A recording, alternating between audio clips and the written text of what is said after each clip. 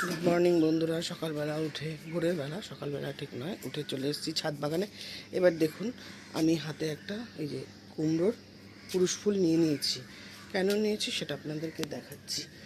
এই যে আমার এইখানটায় দেখুন একটা কুমড়োর স্ত্রী ফুল ফুটেছে। এই যে নিচে দেখুন ফল, এই যে দুটো হয়েছে, এইখানে একটা হয়েছে, এটা এখনও ফোটেনি, তো এইটা ফুটেছে। এই যে এটার পলিনেশন করাবো। এটা হচ্ছে পুরুষ ফুল আর এটা হচ্ছে স্ত্রী ফুল। স্ত্রী ফুলের নিচে ফল আর পুরুষ ফুলের নিচে কিছু নেই। এবার এইটাকে আমি পলিনেশন কীভাবে করাই সেটা দেখাচ্ছি।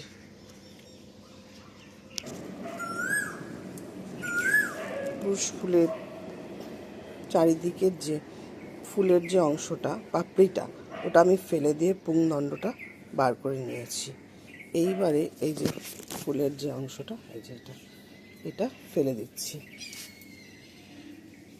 এইবার এইটাকে দিয়ে আমি পলিনেশনটা করাবো। এই যে এর মধ্যে যে রেণুটা লেগে আছে পুংদণ্ডের, এটা স্ত্রী ফুলের মধ্যে ঝাড়িয়ে দেবো। এই যে এই দেখুন,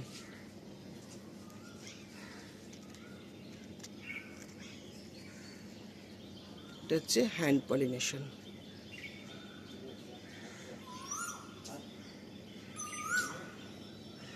এটা দিয়ে দিলাম। এটা ভোরবেলা অথবা বিকালবেলা করতে হয়, সূর্য ওঠার আগে আর সূর্য অস্ত যাওয়ার পর দিয়ে দিলাম। এখন জানি না কি কতটা হবে ফল, আমি বলতে পারছি না, কিন্তু হওয়ার চান্সটা বেশি থাকে। এই যে দেখুন,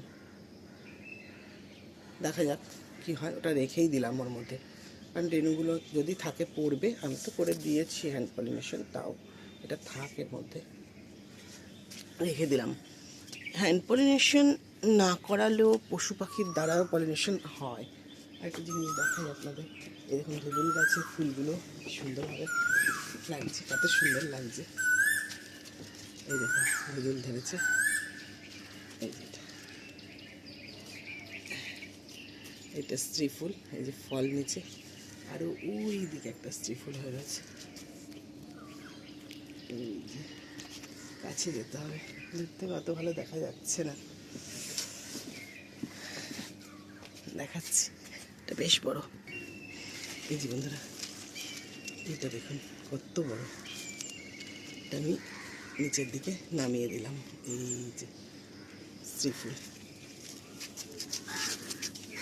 আর একটা নষ্ট হয়ে যাচ্ছে। যে একটা তো কালকে তুলে নিয়ে গেছি, বিশাল বড় হয়েছে। এই যে কলমিগুলো দেখুন কতটা তরতাজা হয়েছে।